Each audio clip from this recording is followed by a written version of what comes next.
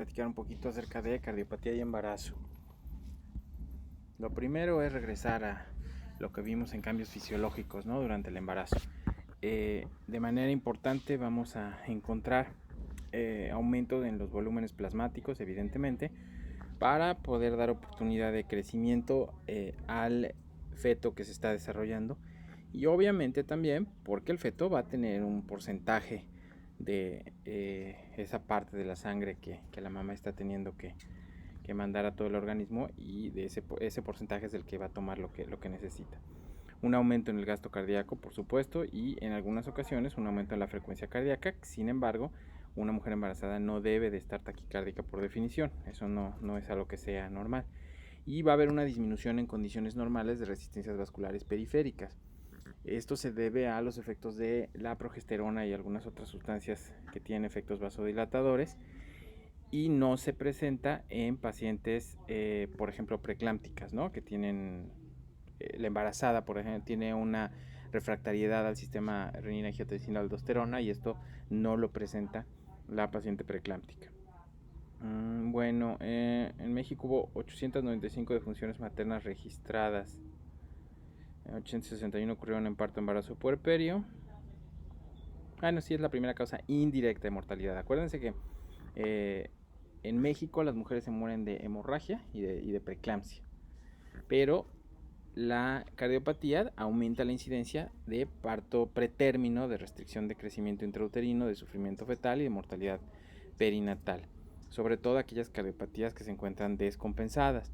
El objetivo de esta charla no es que ustedes puedan describir de manera separada cada una de las cardiopatías que pueden afectar al embarazo, porque pues eso implicaría que un curso de cardiología completo se aplicara a una embarazada, porque una embarazada puede coexistir con prácticamente cualquiera de las cardiopatías que no ocasionan muerte temprana y que le permiten llegar a etapa reproductiva y embarazarse.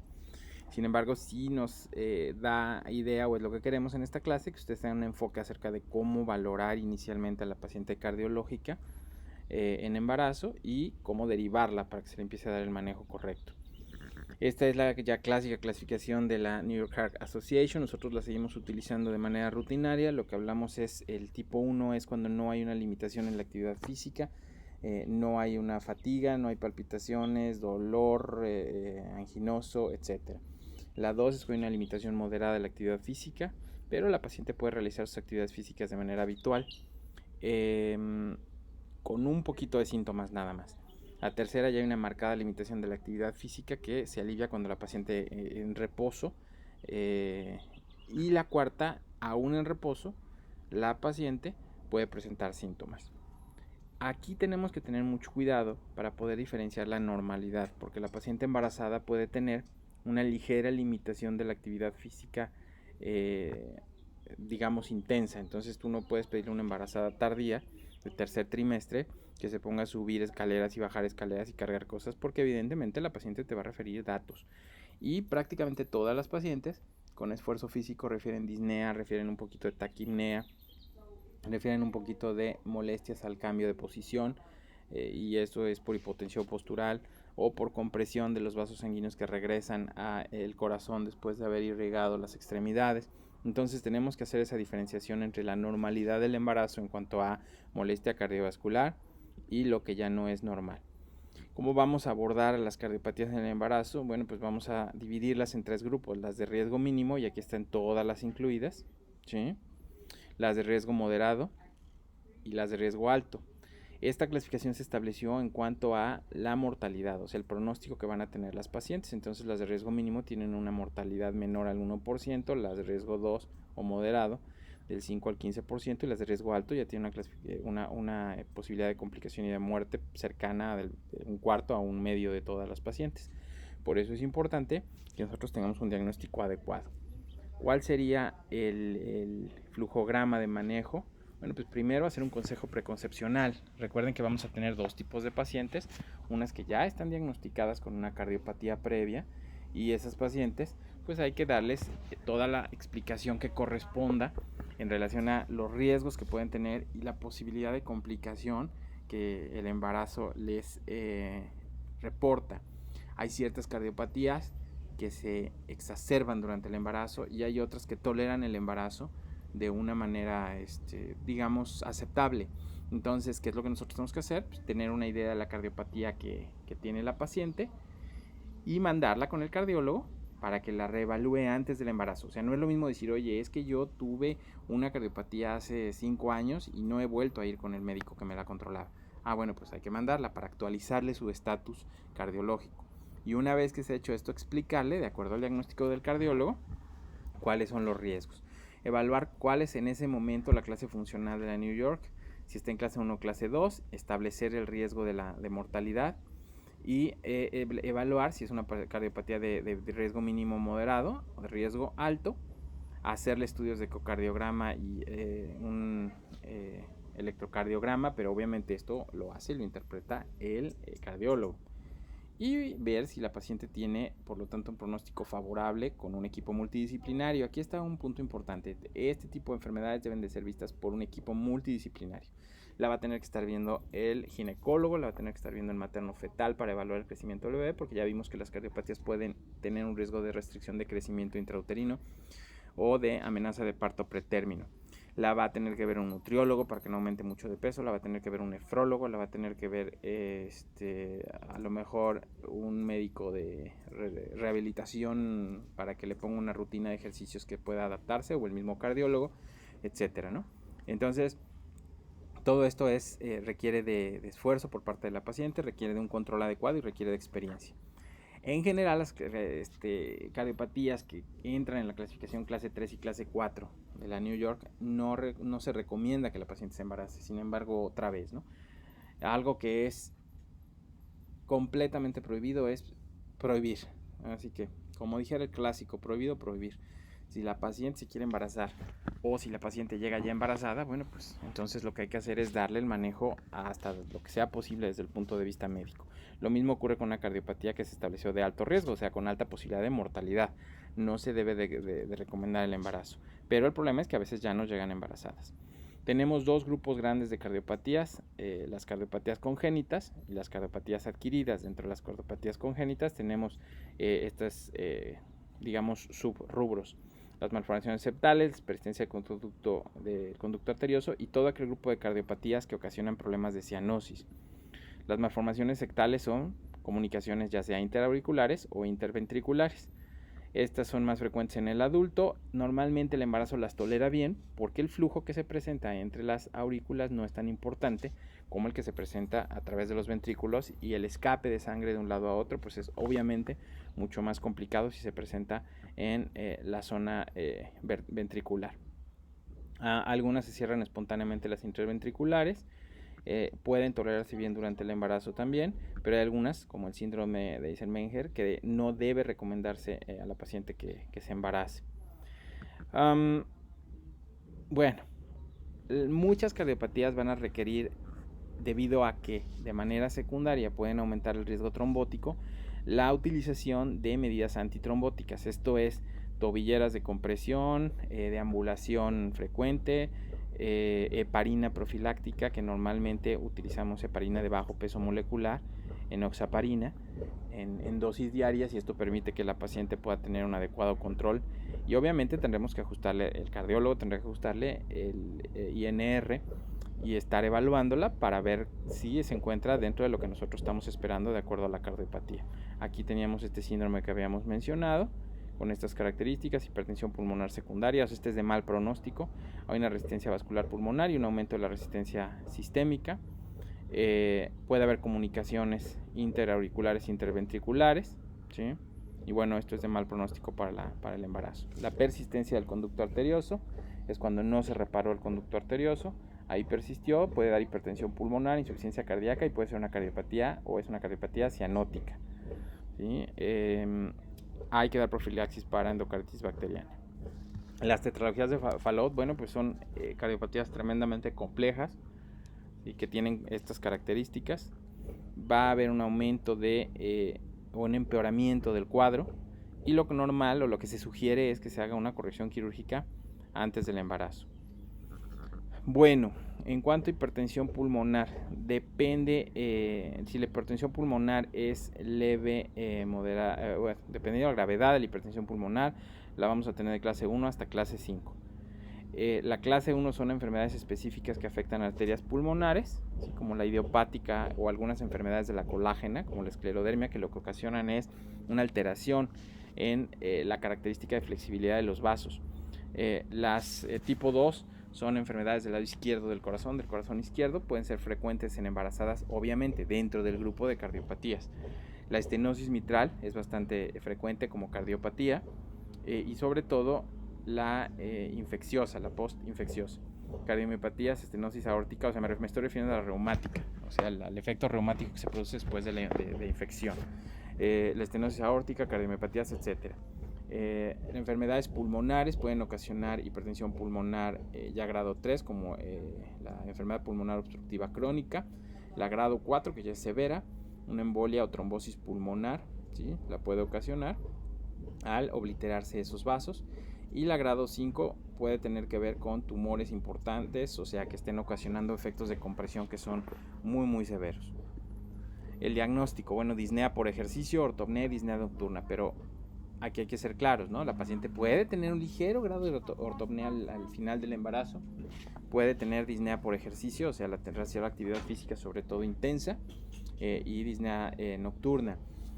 El grado de ejercicio que va a ser capaz de realizar una paciente es prácticamente personal a cada una de las pacientes. O sea, hay pacientes que se mantienen, espérenme tantito porque aquí ya empezaron a hacer ruido. Cada paciente, hay pacientes que se mantienen haciendo actividad física durante todo el embarazo y prácticamente no tienen síntomas, y otras que aún en reposo pueden tener datos de dificultad respiratoria, sobre todo llenado incompleto pulmonar, y esto puede ser normal, pero obviamente ante cualquier dato cardiorrespiratorio que se esté exacerbando es necesario hacer una evaluación. Está el área del cardiólogo y obviamente sería lo ideal hacer procedimientos invasivos fuera del embarazo, pero bueno, vamos a la siguiente. En todas las pacientes que tengan una cardiopatía en general se indica reducir la actividad física. En algunos casos les tendrá que dar oxígeno complementario, vasodilatadores. La cuestión de si darle parto o cesárea a una paciente es algo que en la mayoría de los libros, o en todos los libros más bien, va a decir que hay que darle trabajo de parto, porque evidentemente esto va a ser lo más fisiológico, que si es posible darle trabajo de parto a una cardiopatía, pues se le da trabajo de parto, y que si esta cardiopatía pudiera tener la posibilidad de descompensarse, es candidata a una aplicación de forceps profiláctico.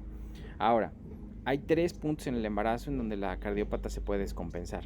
Son los más importantes. Número 1 es alrededor de la semana 28-32, que es cuando los volúmenes y los cambios cardiovasculares fisiológicos del embarazo llegan a un tope o llegan a una meseta más alta, y es cuando el exceso o la sobrecarga que se presenta durante al corazón empieza a ser máxima.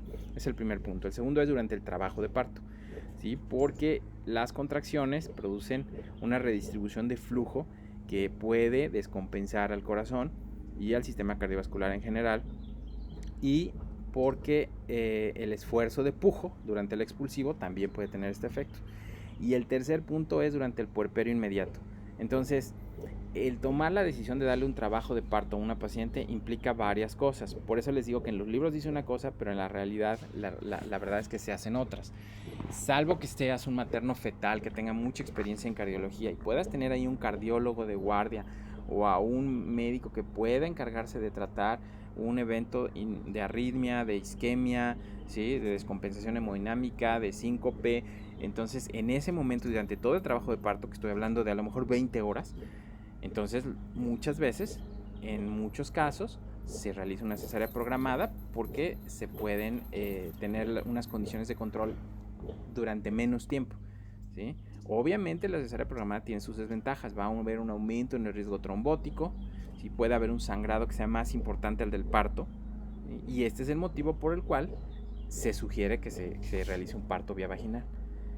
Pero en condiciones reales, lo que yo he percibido y lo que hemos visto es que pues, la mayoría de los casos, salvo en instituciones en donde tengas toda la infraestructura, pues es programar a una paciente para cesárea e irla controlando, darle tal vez un anticoagulante, tener ahí un cardiólogo junto, pero no es lo mismo tenerlo ahí 1 hora y media que tenerlo un día y medio. Entonces ese es el motivo por el cual en la práctica a veces se toma esta decisión. Sin embargo, lo que ustedes van a leer es que siempre se le debe de dar, en los casos en los que sea posible, trabajo de parto a la paciente.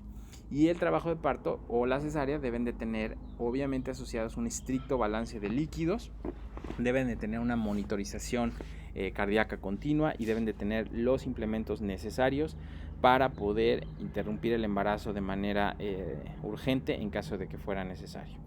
En cuanto a las cardiopatías adquiridas o las cardiopatías reumáticas, pueden tener todos estos síntomas. De hecho, a ver, todos estos son signos síntomas en general de cardiopatías descompensadas. O sea, el origen de la cardiopatía no necesariamente influye sobre el tipo de síntomas que se presentan. Entonces tú te podrías encontrar estos en una cardiopatía congénita severa. Hay que aclararlo, ¿no? En cuanto a las valvulopatías cardíacas, que son secundarias a una enfermedad reumática por infección, ese es el orden de frecuencia. Entonces, estenosis mitral, insuficiencia mitral, estenosis aórtica, etcétera, ¿no? Son valvulopatías reumáticas. Hay otras que tienen origen congénito o reumático. Esta es la más frecuente, ya hemos visto la estenosis mitral. ¿De qué va a depender el grado de severidad? Pues del nivel de estenosis que tenga la válvula específica que está dañada, y también del cuál válvula sea, porque hay válvulas que se adaptan mejor al embarazo y otras no. Entonces tenemos válvulas normales y insuficiencias aórticas, válvulas mitrales que pueden estar estenosadas. Aquí está una estenosis de la válvula mitral.